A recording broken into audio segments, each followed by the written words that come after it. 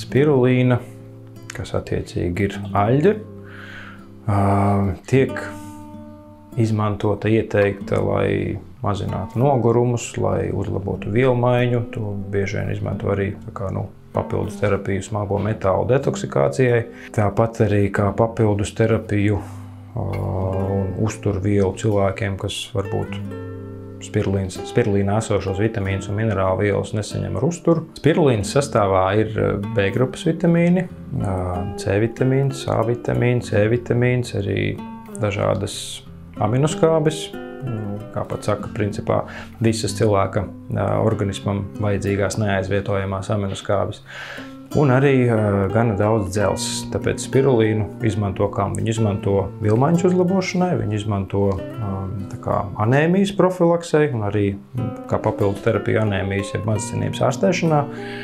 Tāpat tad, ja cilvēkiem ir vairāk paaugstināta stresa apstākļi un nogurums, lai šo mazinātu.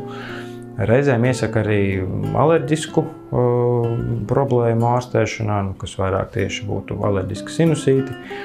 Tāpat arī spirulīna var mazināt paaugstinātu asinsspiedienu, cukuru un arī holesterīnu. Homeopātiskā aptiekā ir pieejamas gan spirulīnas tabletes, gan arī Latvijā audzēta spirulīna, spirulīnas dzēriens jeb sīrups.